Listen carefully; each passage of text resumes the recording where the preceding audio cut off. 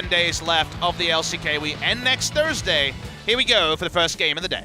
Yep, bbq versus Gen G. So let's get into champion select. And as we were talking about AD carry bans, coming in here to start things off against Gen G, bbq not going to be pulling any punches when it comes to rulers. Ezreal as Aatrox, of course, going to be taken away here by Gen G first round. There's a great stat on Reddit that Ezreal has lost 13 games in a row in the NALCS, but in Korea, Ezreal has been the big ticket pick.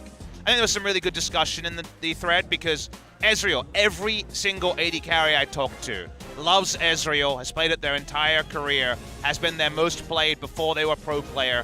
Ezreal and the ability to express skill with an entirely skill shot based champion has always been insanely popular in Korea. We have fantastic Ezreal players, Ruler among them, so that's why it sees the ban. Yep. Going to be taken away, Zoe as well, and Talia understandably going to be taken away here, but definitely deviating away from that AD carry position into the mid lane. Fly getting a little bit of attention, and of course, is Galio. Massive win rate on that champion at the moment. Yet they show no priority for it. So yeah, they really don't. It's really odd. It's one of those bans where if you told Fly he was 7-0 Galio, he probably wouldn't know because they just pick their spots really well with it. I don't know if you need to ban on blue side. Also, you know, there's the obvious meme about the Birdio skin not being available now. But the double bird ban! Birdio ban, no! Oh, I'm so upset. And I even think that the pigeon emote for Azir is even better. I feel like we've been denied a double rainbow with the both birds being banned away. It's the full bbq ban. But Zyra Khan is open and the skins are available. That's true, but also Trundle's available for Ambition. But the Zyra Khan. Yeah. But what has Gen G always been, Papa Smithy? Anti-fun. They do suck the fun out of the room sometimes, I must admit. Well, but they've gone for some power here. We will see the return of the Orianna. Imagining it's going to be mid lane, given, of course, the aversion to awesome dudes has been shown by Ruler in the bot lane.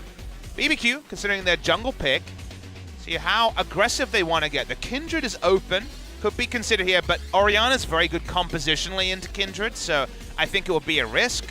I do like Tahm Kench as a pick away from Core JJ.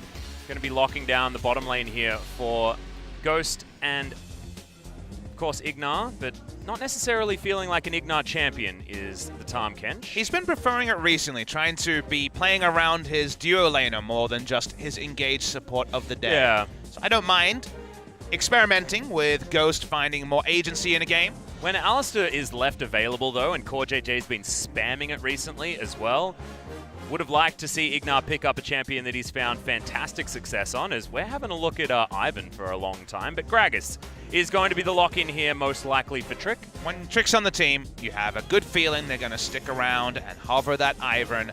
The Ashe is locked in for Ruler in the bot lane. Ruler and Bang, both really prioritizing the Ashe recently, and it's got the strong laning phase, so whatever Varus you're against, whatever flavor it is, whether it's the Comet Varus or the on-hit Rageblade Varus, Ashe can lane very safely against it at 600 range, so going to go for that. Get some jungle pathing information as well.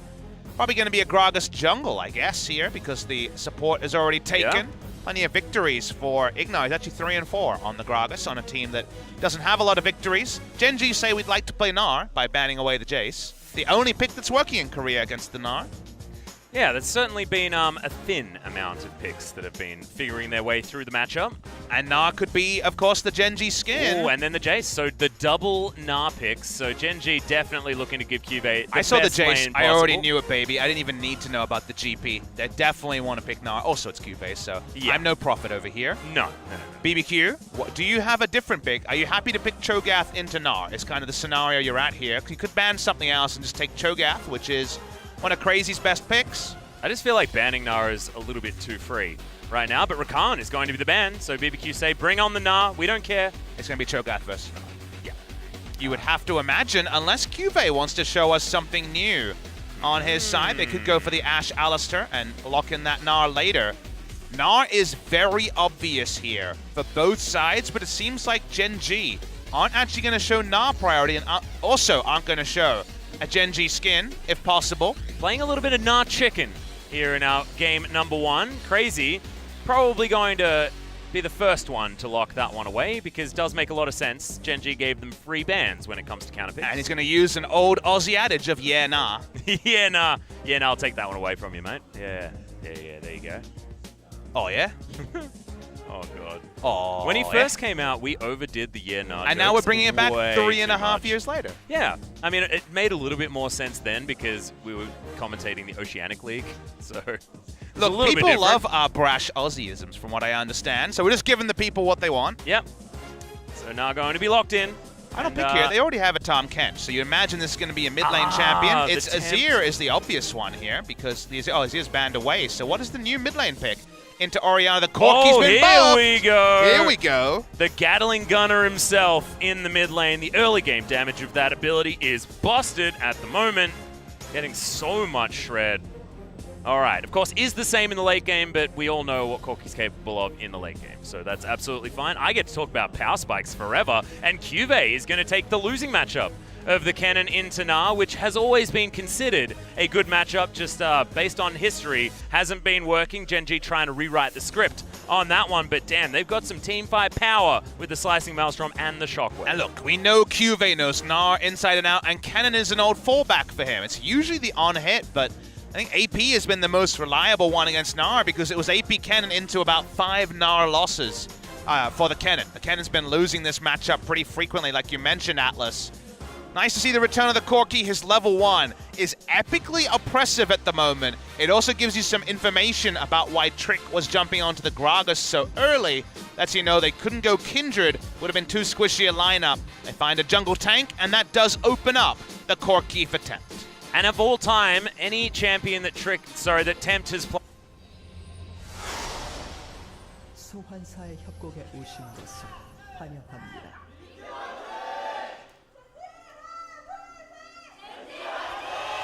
You can hear mostly Gen G fans here in the Soli Stadium today, but like you were talking about before, Papa, they're eating the BBQ chicken. So we're going to get more people cheering for BBQ as the day goes on because that chicken's really good. If you guys come here for a BBQ game, definitely grab some of the free chicken. And there was a fan sign there talking about how handsome Fly is. He's definitely got a big fan base here in Korea. No secret there either. As, it's the Ashe dance party. Yeah. This is why this is my favorite Ashe skin as well. This reminds me of the Spo TV Champions League music. Can we keep? Oh no! I wanted to turn keep the game audio music off. on. Come on! You had one job, OG. If we're going to have a pause, you may as well let us dance party. Oh, this is really upsetting. So we're getting the update from Oh, Joel. no.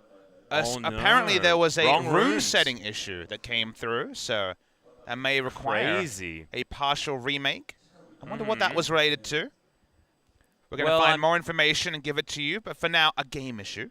Well, I mean, Nah can pick basically every rune. He's pretty good. No, but they're saying like he chose a rune and didn't get it. Yeah. So this is probably going to be a bad thing. And now they're actually checking the tape. Clearly, it's crazy. Yeah.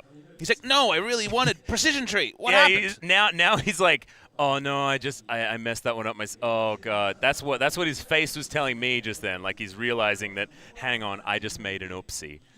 Well, if you just make an oopsie, by the way, guys, generally you have to play with your whoopsie. At least these days, works. rune issues are not as severe as back in the day. Oh yeah, imagine if you accidentally, played Akali without your Akali runes. Well, we haven't seen someone who hasn't had any runes like we did. We've had professional players play without runes. Yeah, I remember a long that. time ago, Hotshot GG was the first one, famously in the first ever NALCS series, I believe.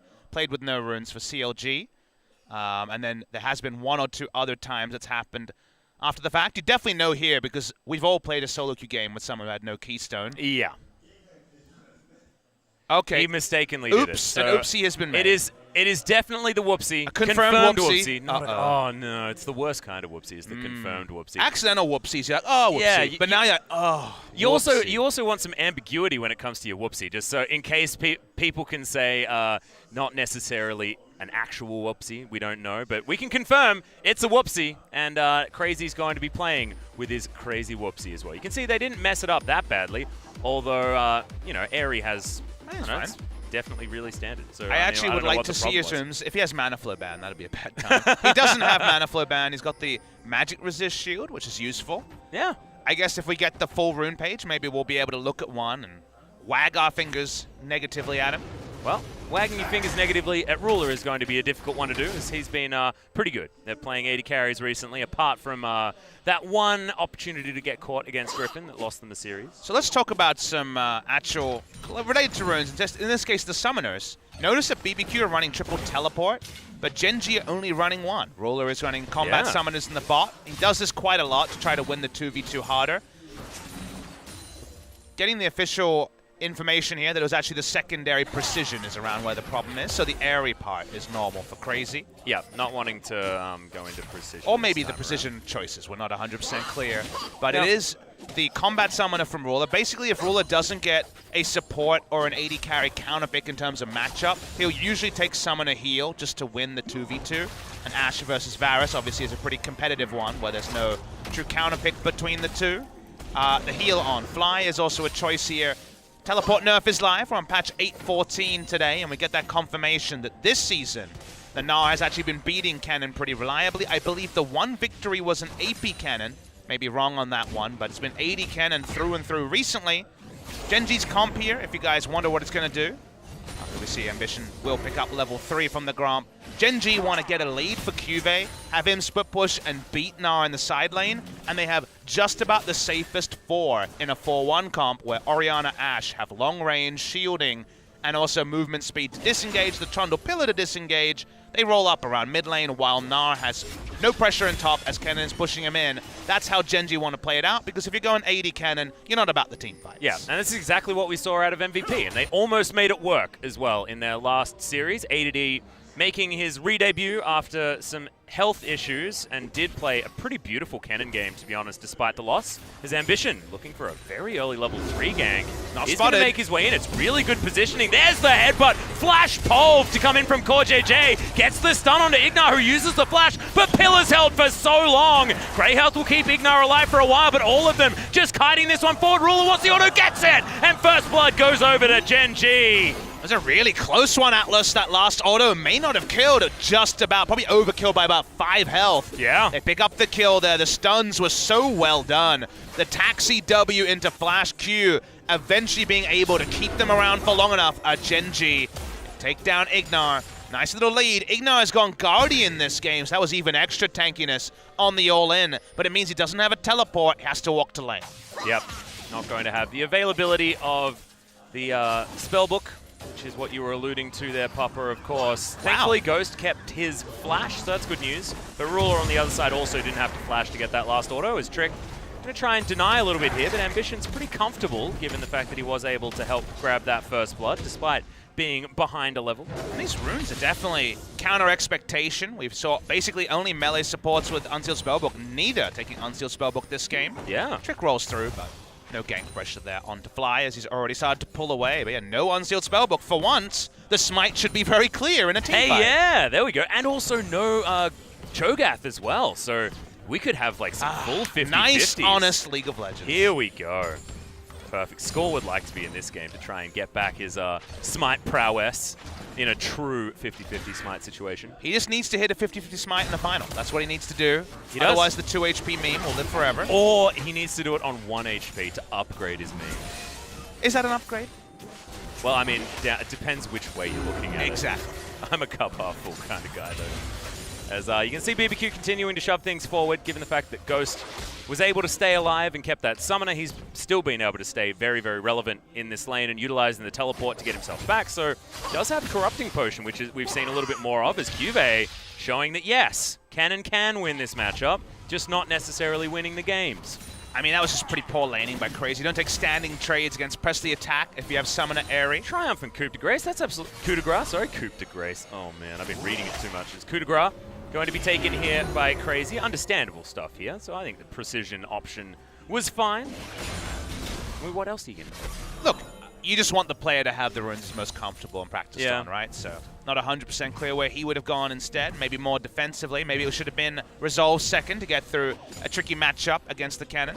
I think Boneplate and Chrysalis would have been pretty good. And that's kind of the thing is, again, we're talking about how Gnar has been beating Cannon this season. And you think about, okay, well, what's changed? runes and the rune choices is something that has evolved over time. I didn't think it was possible to How miss do you that miss CS. a house? Crazy does surprise us from time to time. He throws a house at a little minion and still manages to miss. That is the most wrong. The point I'm getting to is that Resolve Tree and its power level has adjusted since the last time that Gnar versus Kennen was a thing. Maybe that's the reason the Gnar is doing better, that he can stay more competitive earlier. So not having the ideal rune page could actually tip the matchup. There's Trick and Ambition having a little party. Yeah, and Ambition doesn't have the pillar available as Fly's getting bullied out by Attempt. It's a fight on multiple fronts, but Crazy's going to get the rotation first and decides that he just wants to help take down this Rift Scuttler. Gen G bullied out of the river by bbq. If they can hit their timings, there's so much damage coming from Trinity Force onto Tempt. Looking like it's going to be Lethality Varus here. We do notice that the Arcane Common is there, but notice no Manamune started just yet. Would imagine you would take that from bot lane when we saw mid lane from Yukal. Of course, he could just pick up the blue buff. But in a game like this, with no Manamune coming out just yet, might just be very low mana pool for Ghost. Well, it might be the laning option here, as you're going to have to hold that thought for a moment. Okay, the stun is going to come down onto Crazy, tanking the turret there as well, which I think he was trying to avoid, given the fact that he jumped in, but did manage to get the AoE on top of Cuvée, so picked up that turret aggro. All right, holds on to the ultimate for now, but that dive did not work, as Ambition had good positioning. It's actually really poor turret dive timing. They have double control wards. They said, okay, we know they're not there. But they have literally no deep vision on camps. They had no idea where Ambition was. Can't be that brazen, as we see an ult bot lane. Yeah, speaking of brazen, we've got Chains of Corruption coming down, but Ruler just going to pop that Q, try and get some damage back, and does so very easily. Hail of Arrows ignored by the Gen G bottom lane. It's CoreJJ just being that bodyguard cow. Very hard to win that trade against Summoner Heal as well. So if it's a damage trade, it goes about even. Ruler and CoreJJ are going to be able to load up again. Ignar will have his flash, as will CoreJJ in about 5 to 10 seconds. But the all-in onto Ruler with his heal advantage, probably not advised. Well, package availability is something that we've got to talk about as well, as Corky's back in the game. The Comet going to knock CoreJJ down to about 400 health, so he's certainly in kill range, but not going to die this time. Control Ward going to be cleared by Trick, but his position given away by that one as well. Corky power level as the game goes on hasn't been changed. Just itemization. Can go Stormrazor second. That could be a pretty viable choice, but we did not see that the last time. Kuro actually played a Corky game on 8-13 last week. So yeah, he did. We'll wait and see if we see the Stormrazor today. Would be two very high power items paired together. Last time around, I believe it was Trinity Force, Rapid Fire Cannon, and I don't know whether we managed to build any more items after that, because I think they lost the game. So, But Infinity Edge, Play the Ruin King, these have all been situational items for the Corky. I imagine IE would be the way after the Rapid Fire Cannon, but Blade against a tanky team could be considered. Wait and see if the Stormrazor is adopted in this one. Will be a lot of burst, that's for sure. Yep. The only thing that we can be sure of is the Trinity Force as item number 1. Always has been, always will be. That is the Corky item, is Cuvée going very aggressive against Crazy, knowing that he wins this trade. Press the attack, helping out there as well. Not a lot of Narbar, though, as Gen G. Cuvé's just going to eat through his refillable potion. Yeah, it was the level 1 buff to Gatling Gun. It does shred more in the early game. By the time you have 5 points in Gatling Gun, he's the exact same champion in terms of kind of direct balance power level. Yep. So just the takeaway there is better in the laning phase. Not so relevant against Ori because she has the long range and can stay away from the Gatling Gun, but there will certainly be some matchups that are now more Corky favored. This one, just a pretty safe one. Yeah, and also you're going to be maxing the Gatling Gun second, so I guess you're not going to get to 3 points until about level 13, something like that.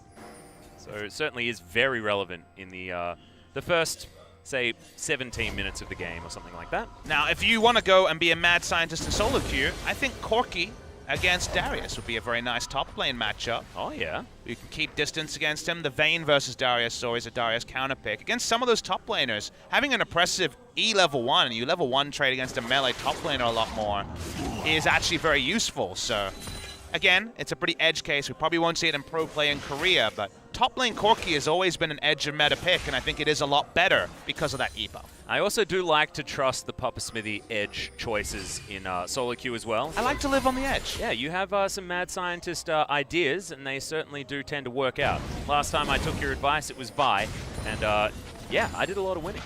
Well, Vi's freelo in mid-range elo at the moment with the very short ult cooldown. Yeah, he's real good.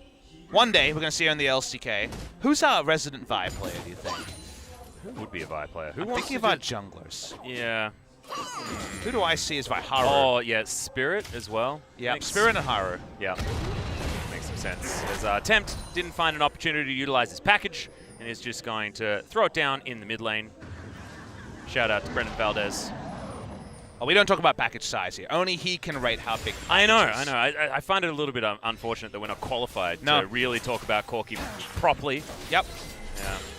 You can talk about his spikes, though. That's your thing. Yep. Yeah. I'm about spiky Corki. He's about package Corki. Well, everyone's got their thing, you know? Yeah, that's true. That's true. I'm skin choice for Corki. Yeah. And what's your favorite? I'm definitely a huge fan. I'll hold the point for now as Trick. Yep. He's gonna have to flash. The arrow is going to pierce the heavens, but not the Gragas. I'm Red Baron Corki. That's where I'm at. Oh, you are? Yeah. I was very sad when they took the Iron Crosses away, but they brought them back, so Yeah. never mind. It's like the cigar. Also Always comes back. back in the end, exactly. Memes destroyed, cigars returned. How do people have things against League of Legends? It's great. Exactly right. You complain, and then you get stuff back. That's Oh, the rule. that's the way it should be. Exactly. Customers always right. Well, as everything stands at the moment, guys, First Blood has gone down, but otherwise not too much more. And we're considering a dragon here for Gen G on the bottom side. They've got a slight lead, but slight is definitely the call as Chains of Corruption come down, Core JJ. Early ultimate coming in here as Ignar's just going to eat the cow. Throws him back, not going to have that ult for much longer, but they're looking to turn it onto Ignar. Has to use his stopwatch, but mate, you are very, very dead. Fly's going to get down on Ambition. Just going to eat the catfish. Ignar, a little bit overly aggressive there on the Tahm Kench. BBQ not playing to their vision a second time. We saw the aborted dive in topside. They make the same play here. There's double control ward bot. Again, we mentioned the summoner spell choice of heal. All in like that play isn't going to work, so easily turned upon is the Tahm Kench, and the more worrying thing is they give away the Drake control as well. Well, Crazy is at least going to be able to take a red buff, but is he going to be able to get away with his life? Oh no, that feels bad. He's just going to flash back over the wall, and QV doesn't have his flash to follow. Yeah, trade of summoners, and that means there's no all-in options for QV now with his ult on cooldown. Crazy goes back to lane. All in all, you'll take that as BBQ on the top side, but the bot side definitely a relative disaster with the Drake going away for free. Yeah, things looking a little bit top-heavy here, but this is where you want things to be going in your favor when, of course, the laning phase for the Gnar, not great into the cannon, regardless of what the win rate is. So good news for BBQ, getting advantages where they need advantages, and now Rift Herald should go over to them as well, and if they can get first turret, they should be able to get themselves back into the gold game very, very evenly here against Gen G in the mid game. Ghost has gone for the Yomu's Rush. We mentioned no tier. At this point, when he's got Mercs as well, probably never going to be a tier Atlas, and that means that when this 4-1 starts, if the cannon is winning, it's okay then, Tempt. All right, well, but Earth's got a bit of a headache now. if Ken starts winning, now they don't have mana to just poke down minion waves with Q as Ghost, and that could actually be a real problem for the side of BBQ if it's a very extended 4-1. And if you're drafting like this as Gen G, I think that's exactly what you want. So I would have really preferred to see the Manamune here. Ghost is stronger in lane with this choice, but the two times they've tried to make something of that, they've actually gone against the side of BBQ as the heal summoner on Ruler was enough. So let's see what this means for the mid game. It does mean that right now, inarguably, Yomu's done, Triforce done. Item-wise, you're feeling really good as BBQ. Yeah, but what are BBQ going to fight around? They've already taken the Rift Herald. They can now use Shelly where they want to. Tempt is the one that actually picked up that buff. And you mentioned, you know, of course, one item power spike, certainly much better if you're not stacking that tier. I would have liked to see Ghost go serrated Dirk, then into tier, something like that. Delay it a little bit to try and get yourself some lane control, and then still go into the tier. He doesn't. As you can see, the Ghost Blade is already done. But can they utilize these early power spikes that they've got in their single items? First look says that no is going to be the answer, as Gen G still ahead, still with control, and still with some item timings of their own. And also, if I reason it, I'll say no also based on what they've done this game, because when they've chosen to be aggressive, it's been the wrong time, twice. Top lane, they didn't have the deep vision, went for a dive, that got turned around. Bot lane, they tried to make a pick, it was the wrong time. So your thought is, a team that's likely to mismanage power spikes is more going to be BBQ as a 10th place team, but also based on what we've seen this game, they've been, you know, kind of the right person at the wrong time multiple times this game, and if that continues to happen, 3 items on the Ori, the cannon eventually will start winning this Gnar matchup. That's where things could go really wrong for BBQ. And you can see, Gen G, based on their vision, they're certainly looking to try and put a lot of pressure here towards the bottom side of the map. They've snuck a little control ward into that tri-brush of bbq, but otherwise has been an opportunity here for Gen G to offer more pressure. Top side is where Tempt is poking his nose and might actually be able to get first turret here. Shelly was being considered by the Corki, but probably doesn't need it. This package comes back once again, so able to roam very effectively with that extra movement speed on the side of the Corki. Gen G pretty dogged about putting down deep vision, controlling the bot side, trying to set up for first break that first turret blood in the bot lane and then fall back to an Infernal. They are showing us exactly where they want to be putting their pressure, and also showing bbq as well, given the focus of all of this vision bottom side. You can see how deep that vision is as well. They are still going to lose this top lane outer turret, so tempo advantage over to bbq when it comes to making that first move.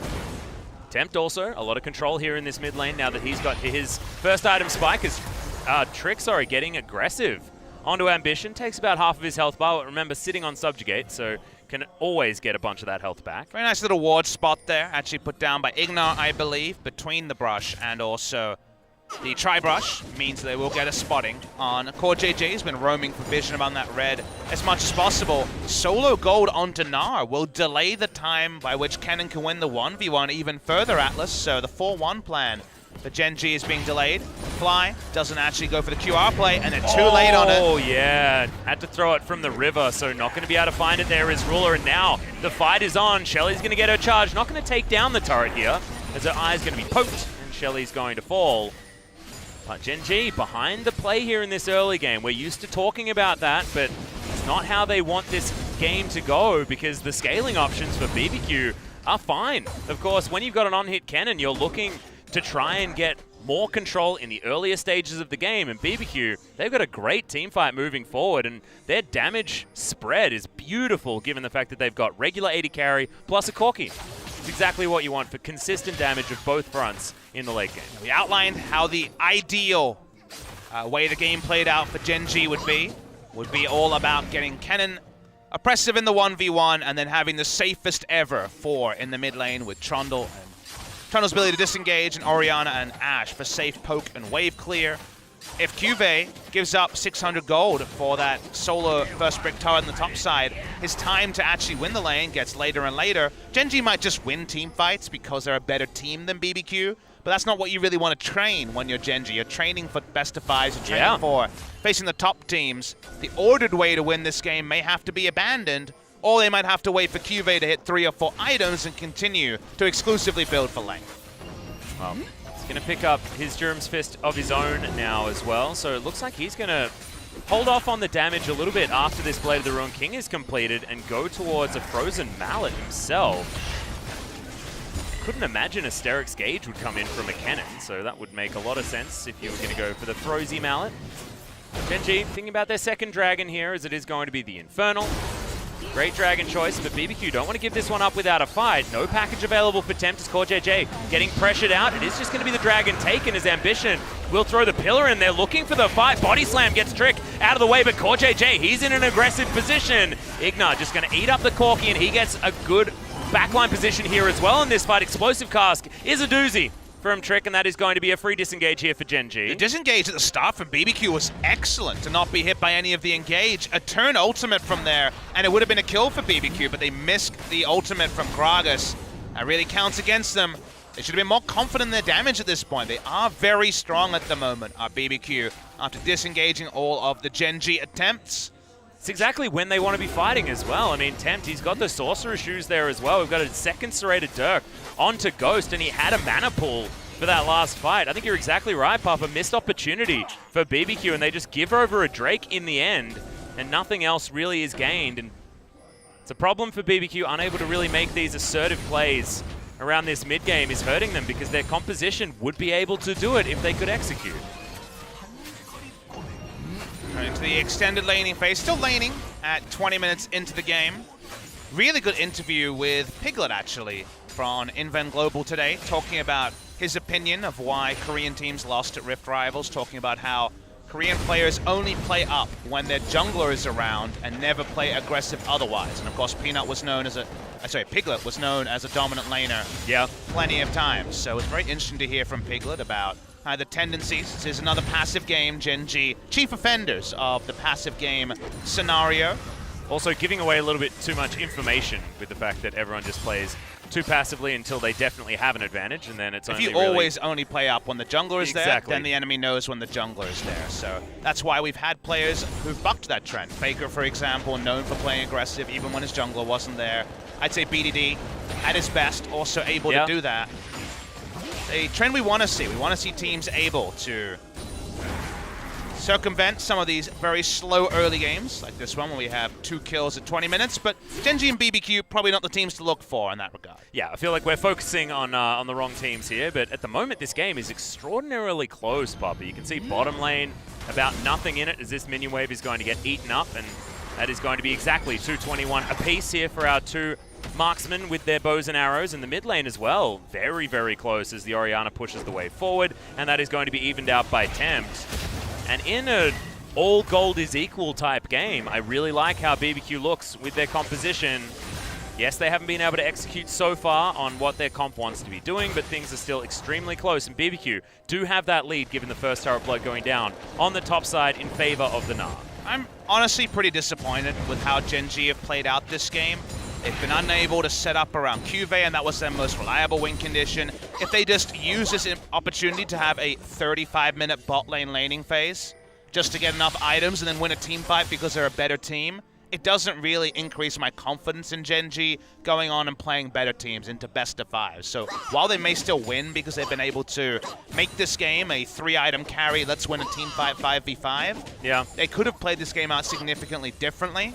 And given that right now we're very much more than one eye on playoffs, the playoffs start in less than 2 weeks, going blow for blow with BBQ 23 minutes in, not really the best sign for Gen G. No, it's not giving you all of that confidence, as now Gen G are going to make a proactive play here towards the bottom side. Ambition throws in the pillar, but Ruler can't get the auto attacks on this turret, and Ghost has a lot of instant wave clear given this build. We'll have his Duskblade of Drakthar very soon, unless he wants another Ghostblade. But no, it's not going to be the case. So Duskblade going to be pretty powerful second choice here. He does a lot of damage for a short window, right? He's got kind of 3 rotations of Qs and then runs out of mana. So we'll see if he's going to be able to actually leverage that. Game hasn't turned into the 4-1 just yet as Ruler and Ignar. A lot of free damage. Yeah, Arrow is going to fly forward as the Grey Health is eaten very early, but that does save the life of the Tahm Kench. Ghost unable to get enough damage back, but has to use his ultimate. They trade once again as our marksmen don't have R buttons available. 5 minutes into this game, CoreJJ at about half health, but not too worried about it. Ambition still just boosting his damage taken stat over and over again. Gen G finally, with some spare time on this bottom outer turret, will be able to even up that turret score, but we got pings down to the mid lane. BBQ might be able to actually get something here as that turret is still very low. Solo local gold going to go over to Ruler. He wants to be building towards probably a QSS before going for his Infinity Edge. Unless he decides not to. Not a lot to QSS here this game, but Chains of Corruption are going to land. The Ashe probably wants to get rid of it. Definitely the sort of game that rewards scaling because of how inactive it's been early in the game. I believe a cannon minion was missed there. Shame on you, Tempt. There was actually a lot of cannon minions. It was the day of life yesterday for cannon minions. They were living. They were not dying at the hands of those evil summoners yesterday. Yep. And predictably, Ruler's going to go back and does pick up that QSS that we were talking about. Ooh, Trick's going for a fancy build. Oh, here we go. You were talking about this yesterday, actually, with talking about Spirit possibly going towards something like that if he is able to continue playing his AP Gragas. It wasn't playing yesterday, of course, but okay. Proto Belt Gragas coming in here for Trick. We've got 2-item Spike on the Corki as well. I wonder when you flash, and I wonder when you Proto Belt, when you have Proto Belt, because there's a lot of lockout abilities, right? The famous one that Galio can't use Proto Belt while he's taunting. We had the AP Galios picking up that item. Lava was the first one. We'll see what the skill order is here for Trick with the Proto Belt. I believe you body slam flash and then you can Proto Belt for the extra damage afterwards. But then you lose out the stun timing, so maybe you miss your ult. I'm not 100% clear where the combo is. Maybe Trick can show us. Yeah. It's up to him, as Ward is going to be cleared here by Ambition, but Tempt is just going to wander past him. We're looking for our next Infernal Drake here on the side of Gen G, but BBQ, they do not want to give this one up without a fight. Plenty of damage available from Trick. They've got the items, but they're just not going to go for the battle. Don't have the vision control to be able to make a flanking play. They need the Gragas to find a cask he wasn't going to find. Just a freebie for the side of Gen G, and maybe you don't really trade it for anything. Here we go. Oh, Shockwave going to come in. It's going to deny the arrow, but it lands onto Ignar. Headbutt Pulv, and Ruler is going to pick up that kill so easily. It's like you've heralded it at Papa Smithy. Gen G just team fighting and playing better, and it means that despite compositions, they're still looking at a win. They're going to run at the Baron. There's no enemy smites. They started up. There is no unsealed spellbook either, and if it was to be Ignar, he's dead anyway. They start this one up. What can bbq do? They have harass, but they have to commit soon. Yep, Hawkshot is going to come in. You can see CoreJJ unseen on the backline, wants to try and find this. Slicing Maelstrom going to be used as crazy. He's real big, but he's not going to do enough damage to outsmite here against Ambition. Ignite still ticking onto Ghost, but it's not going to be enough to Tempt. Tries to get out of this one, and bbq, they go for the desperation stop on the Baron, but Gen G won't have it. They got 4 kills to nothing. The Headbutt Pulv is going to get rid of the Varus. It's a disaster for bbq. And Tempt, yes, he'll take an outer turret in the mid lane, but that is a consolation prize if ever I've seen one. Gen G know their own strength at certain item timings. Better than most teams, they get there in a very non-interactive game.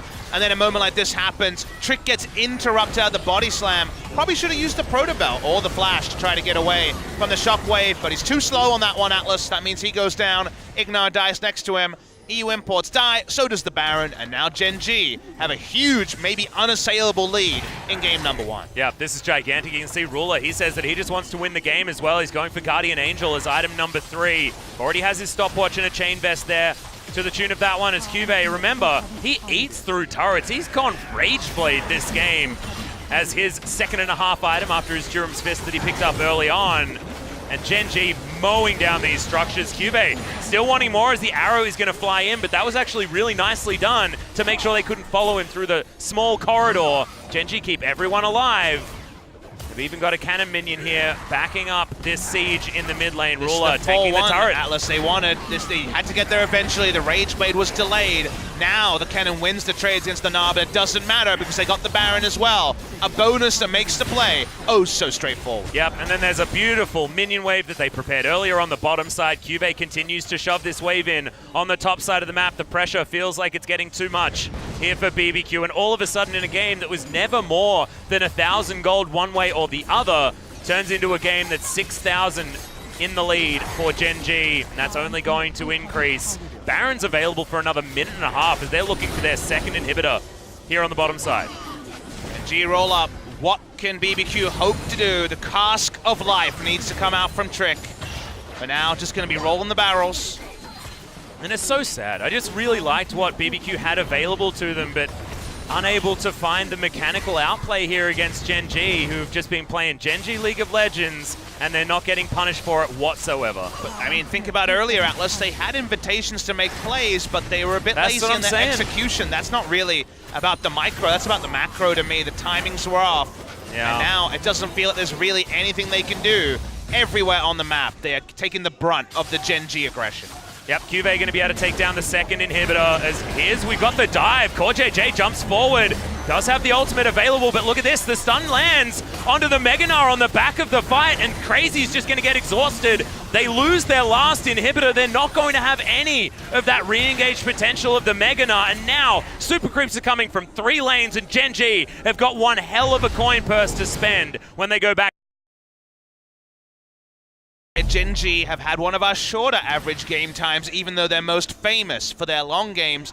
Because they've always gone marksman, their ability to close games is really good. Closing games with marksman is way easier than with the awesome dudes who struggle to take an objective like the Baron. If you had a Swain on your side, not an Ashe, when you got those 2 picks in mid lane, the Baron would have been very tricky to get. You wouldn't have had the speed to be able to kill it fast enough. But they're very experienced in closing games with an advantage. They just waited till 23 minutes, then got an advantage around 25, and then the game should end around the 32-33. That's how Gen G play. bbq had their windows, couldn't use them. Now that window is shut. Yep. It's just a little bit sad. It's always so projected when it comes to Gen G. They're going to play a Gen G game of League of Legends. No matter what, this one's a little bit more of the 4-1 flavor, not the team fight flavor that we see out of Gen G, but Juve has been making this cannon work really, really nicely. It's the other side of the playbook here for Gen G as well, as he bought a Bloodthirst, yeah, indicating that one to me, Papa. Crap. And that's one hell of a power play. It's looking like the end of the game here as well, as Gen G just crashing forward with all of these super creeps. Biggest one we've seen so far this season, 5,800 gold power play. That's because they did nothing before they got the Baron, and then they won the game with the Baron. Yep.